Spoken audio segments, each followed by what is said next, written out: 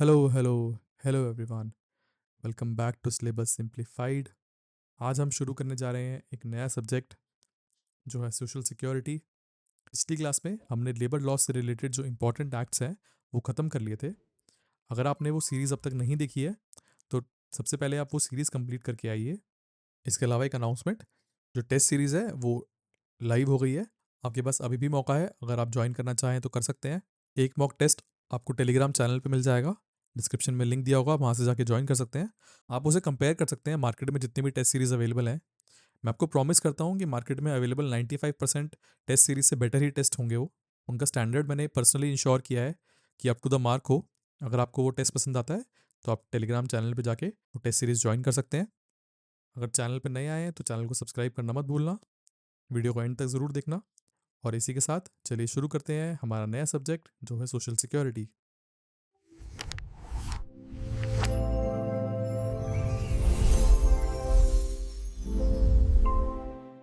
दोस्तों, social security क्या होती है ये समझने के लिए हम एक एग्जांपल देखते हैं। मान लीजिए एक फैमिली में एक हस्बैंड है, एक वाइफ है और उनके दो छोटे छोटे से बच्चे हैं। दोनों हस्बैंड वाइफ कहीं फैक्ट्रीज में काम करते हैं एंड दोनों मिला के इतना ही कमा पाते हैं कि वो अपना पेट भर सकें और बच्चों का पेट भर सकें। अचानक क्या होता है, एक दिन हस्बैंड की फैक्ट्री में डेथ हो जाती है एंड अब पूरी फैमिली को संभालने का जिम्मा वाइफ पे आ जाता है। अब ऐसी सिचुएशन में क्या होगा, क्योंकि अब एक कमाने वाला व्यक्ति अब इस दुनिया में नहीं है, तो पूरे घर का खर्चा चलाने की जिम्मेदारी अब वाइफ पे आ जाती है। अगर इस सिचुएशन में हस्बैंड के पास कुछ जमा पूंजी होती, अगर हस्बैंड के पास कुछ सेविंग्स होती, तो वो इस फैमिली के काम आ जाती। या अगर कोई बैकअप होता कि हस्बैंड के जाने के बाद फैमिली को अर्निंग मिलती रहे, तो भी सिचुएशन थोड़ी बेटर रहती इस फैमिली के लिए। और इसी सिचुएशन के लिए हम किसकी बात करते हैं? हम सोशल सिक्योरिटी की बात करते हैं। सोशल सिक्योरिटी में हम क्या बात कर रहे हैं? हम एक प्रोटेक्शन की बात कर रहे हैं किसी भी ऐसे इवेंट के लिए जो अचानक से आ जाए, जिसके बारे में कोई प्रिडिक्ट नहीं कर सकता। सपोज कोई भी व्यक्ति जो अर्निंग है उसकी अचानक से डेथ हो जाए या डिसेबल्डमेंट हो जाए, उसका एक्सीडेंट हो जाए और वो पैसे ना कमा पाए, तो ऐसी सिचुएशन में उसकी फैमिली को पैसे मिलते रहें, उसके लिए हम बात करते हैं सोशल सिक्योरिटी की। ठीक है? तो सोशल सिक्योरिटी क्या है basically? It's a protection that society provides for its members against economic and social distress caused by specific life events। कुछ भी ऐसी सिचुएशन होती है जिसमें जो ब्रेड विनर है वो पैसे नहीं कमा पाए, तो बाकी लोग डिस्ट्रेस में ना चले जाएं, उनको इकोनॉमिकली नुकसान ना हो ज़्यादा। उसके लिए हम किसकी बात करते हैं? सोशल सिक्योरिटी की। ठीक है? इसका पर्पस क्या है? To provide income security. मतलब जब मेन इंसान चला गया उसके बाद भी जो फैमिली की इनकम है उसमें ज़्यादा रुकावट ना आए, ये इसका मेन पर्पस है। ठीक है? आईएलओ क्या कहता है? आईएलओ की डेफिनेशन है एक, जो कन्वेंशन 102 1952 के बाद दी गई थी। Social security means the protection which society provides for its member through a series of public measures against the economic and social distress that otherwise would be caused by the stoppage or substantial reduction of earnings। ठीक है? जो बात हमने ऊपर की थी same बात ILO भी कर रहा है। सोशल सिक्योरिटी क्या है? इकोनॉमिक एंड सोशल डिस्ट्रेस के टाइम पे सब्सटैंशियल रिडक्शन ना हो अर्निंग्स की, उसको प्रिवेंट करने के लिए हमारे पास क्या है? Social security. ठीक है? इसके बाद हम बात कर लेते हैं सोशल सिक्योरिटी में क्या क्या आता है। जैसे सिकनेस एंड मेटर्निटी, उसके अंदर हमें सोशल सिक्योरिटी प्रोवाइड करना। उसके बाद ओल्ड एज के टाइम पे सिक्योरिटी प्रोवाइड करना। एम्प्लॉयमेंट इंजरी, मतलब काम करते करते आपको चोट लग गई, फैक्ट्री में कोई मशीन थी उसकी वजह से आपके ऊपर चोट आ गई, तो आप काम नहीं कर पाएंगे। ऐसे टाइम पे आपको कंपनसेशन मिलना और आपको मेडिकल केयर मिलना, ये भी सोशल सिक्योरिटी का पार्ट है। उसके बाद अनएम्प्लॉयमेंट, जैसे आपको कोविड का टाइम याद होगा, उस टाइम पे काफ़ी लोगों की नौकरी चली गई थी, तो ऐसे में क्या काम आता है? सोशल सिक्योरिटी का क्वेश्चन काम आता है। ठीक है? या फिर सीधा डेथ हो जाना, जो ब्रेड विनर है, जो सोल अर्नर है, उसकी डेथ हो जाती है, ऐसे टाइम पे सर्वाइवर बेनिफिट्स मिलना, यानी कि जो बाकी लोग बचे हुए हैं उनको बेनिफिट्स मिलना। ठीक है? तो कोर ऑब्जेक्टिव क्या क्या होंगे? सबसे पहले तो पॉवर्टी प्रिवेंशन। सिंपल सी बात है, जो पैसा अर्न करने वाला व्यक्ति है अगर वो चला जाए तो बाकी लोग जो है वो पॉवर्टी में ना चले जाएं, वो गरीबी में ना चले जाएं। तो इसको प्रिवेंट करने के लिए जो सेफ्टी नेट प्रोवाइड किया जाता है वो सोशल सिक्योरिटी का सबसे इंपॉर्टेंट एक ऑब्जेक्टिव है। ठीक है? इनकम को मेंटेन करना। अब ऐसा भी नहीं होना चाहिए कि सिर्फ पॉवर्टी को प्रिवेंट कर दिया, लेकिन इनकम जो है वो बहुत बेसिक है। हम चाहते हैं कि इनकम भी उतनी हो जितनी पहले थी, उतनी ही इनकम आगे भी जारी रहे। ठीक है? तो ये इसका एक और ऑब्जेक्टिव है। उसके बाद सोशल जस्टिस प्रोवाइड करना। मतलब सपोज अगर इनकम क्या होगी, कम हो जाएगी, तो क्या होगा? एक इनइक्वालिटी आ जाएगी। ठीक है? तो वो इनइक्वालिटी ना हो, ये भी इसका ऑब्जेक्टिव है।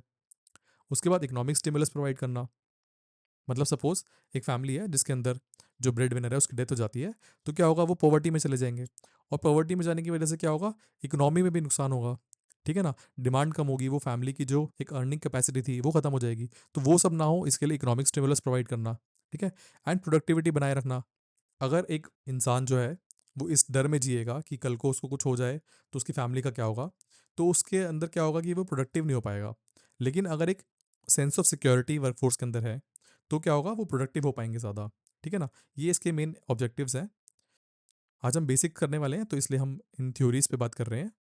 इसके बाद बात कर लेते हैं कॉन्स्टिट्यूशनल बेसिस की। हमारा कॉन्स्टिट्यूशन क्या कहता है सोशल सिक्योरिटी के बारे में। तो सबसे ज़्यादा जो बात की गई है सोशल सिक्योरिटी की, वो डीपीएसपीज में कही गई है, ठीक है। जैसे पहला आर्टिकल 38 जो क्या बात करता है सोशल ऑर्डर की, कि स्टेट का काम क्या होगा, to secure a social order for the promotion of welfare of people, ठीक है ना। बेसिक सी बात है तो वेलफेयर को प्रो बेसिक सी बात है तो वेलफेयर को प्रमोट करना। दूसरा आर्टिकल 41, ये क्या बात करता है, राइट टू वर्क की, ठीक है, कि स्टेट का काम क्या होगा, राइट टू वर्क प्रोवाइड करना, टू एजुकेशन प्रोवाइड करना, and to public assistance in case of unemployment, old age, sickness and disablement, ठीक है। अगर इस तरह की कोई भी सिचुएशन होती है तो स्टेट का काम क्या होना चाहिए कि जो बाकी लोग हैं उनको वर्क प्रोवाइड किया जाए, उनको एजुकेशन प्रोवाइड की जाए, ठीक है।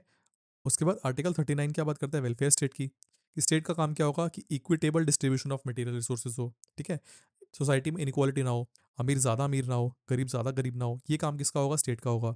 उसके बाद आर्टिकल 42, ये क्या बात करता है, जस्ट एंड ह्यूमेन वर्क की, कि मेटर्निटी रिलीफ प्रोवाइड किया जाए, मतलब जब एक वुमेन प्रेग्नेंट होती है तो उस टाइम पे जो उसको बेनिफिट्स हो वो कैसे हो, जस्ट एंड ह्यूमेन कंडीशंस हो, ठीक है ना। उसके बाद लिविंग वेज सिक्योर करना, ये भी स्टेट का काम होता है। आर्टिकल 43 बात करता है to secure a living veg.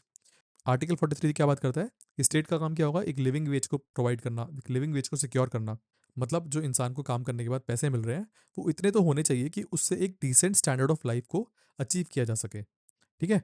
तो ये हमारा कॉन्स्टिट्यूशन बात करता है इन सब चीज़ों की। अब सोशल सिक्योरिटी के टाइप्स क्या क्या है, इसका मतलब सोशल सिक्योरिटी कैसे कैसे प्रोवाइड की जा सकती है, ठीक है। मेन जो देखो सबसे पहले इसके अंदर क्या आता है, सोशल इंश्योरेंस। इसका मतलब क्या है, ये एक तरह का इंश्योरेंस है। इसमें जो बेनिफिट है वो तब मिलते हैं जब आप खुद से भी कंट्रीब्यूट करते हो, ठीक है। ये एक अर्न राइट है। जैसे ईपीएफ की स्कीम होती है या ईपीएस होती है, ईएसआई होती है।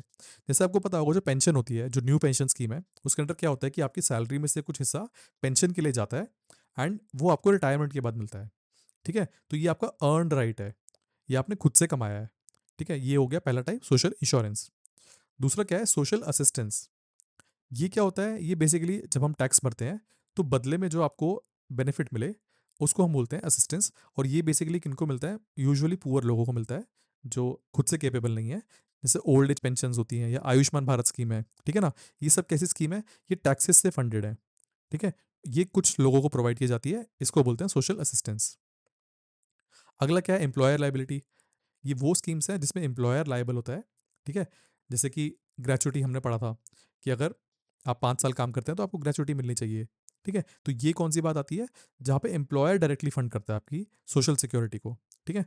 उसके बाद यूनिवर्सल बेनिफिट। अब यहाँ पर क्या होता है, यहाँ पे पर्टिकुलर किसी कैटेगरी के लोगों को नहीं मिल रहा, ये सबको मिलता है, ठीक है। यूजुअली तो ये कम होता है, इस तरह की कोई स्कीम्स नहीं होती है जो सबको मिल रही है, यूनिवर्सल है। कुछ कुछ स्कीम्स होती हैं लेकिन वो या तो हम देखते हैं कि वो स्टेट लेवल पे होती है, ठीक है। तो ये कौन सी होती है, यूनिवर्सल स्कीम्स होती हैं। तो ये हमारी क्या थी, सारे टाइप ऑफ सोशल सिक्योरिटी। हम जो बात करेंगे पूरे एक्ट के अंदर, हम जो बात करेंगे पूरी सीरीज के अंदर, वो हम क्या बात करेंगे, ईपीएफओ के ट्राईपार्टाइट कवरेज के बारे में। हमें स्पेशल फोकस किस पे देना है, ईपीएफओ के ट्राईपार्टाइट कवरेज के ऊपर। देखो 3 स्कीम्स हैं जो ईपीएफ चलाता है मोस्टली, ठीक है। एक ईपीएफ स्कीम है जो सेविंग स्कीम होती है, एक पेंशन स्कीम होती है जिसको हम ईपीएस बोलते हैं, और एक ईडीएलआई स्कीम होती है जो डिपॉजिट लिंक इंश्योरेंस स्कीम है, ठीक है। इन तीनों पे हमारा खास फोकस रहेगा जब हम ईपीएफ एक्ट के बारे में पढ़ेंगे। ईपीएफओ जो है आपकी एकदम एपेक्स बॉडी है जो कह सकते हैं सोशल सिक्योरिटी प्रोवाइड करने के लिए, ठीक है। आप उसी के एग्जाम की तैयारी कर रहे हैं तो आपको सोशल सिक्योरिटी क्या होती है और किस तरह से हम उसको प्रोवाइड करते हैं, ये आपको डिटेल में पता होना चाहिए। इसके बाद हमारा क्या फोकस रहेगा, हम 2 पार्ट में इसको कवर करेंगे। सबसे पहले तो हम एक्ट्स देखेंगे जितने भी हमारे पास इंपॉर्टेंट एक्ट्स हैं, जैसे ईपीएफ एक्ट है, ठीक है, ईएसआई एक्ट है, उसके अलावा कंपनसेशन एक्ट है, मैटरनिटी बेनिफिट एक्ट है, ये पेमेंट ऑफ ग्रेचुटी एक्ट, ये हम ऑलरेडी कवर कर चुके हैं, ठीक है। दूसरी चीज़ हम क्या देखेंगे, हम स्कीम्स के बारे में बात करेंगे जो गवर्नमेंट की स्कीम्स होती हैं, जैसे पीएम श्रम योगी मानधन योजना, या अटल पेंशन योजना या नेशनल सोशल असिस्टेंस प्रोग्राम, ठीक है। इसके अलावा जितनी भी स्कीम्स हैं जो न्यूज़ में रहती है या जो बहुत ही इंपॉर्टेंट स्कीम्स हैं, वो सब हम कवर करेंगे। एक लेक्चर आपका स्कीम्स का रहेगा। उसके अलावा एक्ट्स के लिए हम मल्टीपल लेक्चर्स करेंगे। हम ट्राई करेंगे जितने कम से कम लेक्चर्स में पूरा सिलेबस कवर कर पाएँ वो हम करेंगे, ठीक है। आज का लेक्चर इंट्रोडक्टरी था, तो इसमें हम बस बेसिक बात करना चाहते थे। सोशल सिक्योरिटी क्या होता है, हम क्यों पढ़ रहे हैं सोशल सिक्योरिटी, और आपके लिए ये क्यों इंपॉर्टेंट है, यूपीएससी ये क्यों पूछता है, वो भी हमने समझा, क्योंकि ईपीएफओ का काम ही है सोशल सिक्योरिटी प्रोवाइड करना। तो ये हमारा पूरा लेक्चर था आज का। अगर आपको कोई भी डाउट है तो कमेंट सेक्शन में आप मुझसे पूछ सकते हैं। उम्मीद करता हूँ आपको आज का लेक्चर समझ आया होगा और पसंद आया होगा। अगर आपने टेलीग्राम चैनल ज्वाइन नहीं किया है तो आप डिस्क्रिप्शन में लिंक दिया है, वहाँ से ज्वाइन कर सकते हैं। अगर चैनल पर नए आए हैं तो चैनल को सब्सक्राइब ज़रूर करना। टेलीग्राम चैनल का लिंक डिस्क्रिप्शन में दिया होगा, आप वहाँ से उसे ज्वाइन कर सकते हैं। टेस्ट सीरीज़ ज्वाइन कर सकते हैं। वीडियो को लाइक ज़रूर करना, कमेंट ज़रूर करना कि कैसी लगी वीडियो। मैं मिलता हूँ आपसे नेक्स्ट वीडियो में। तब तक के लिए कीप स्टडिंग, कीप ग्रोइंग। जय हिंद।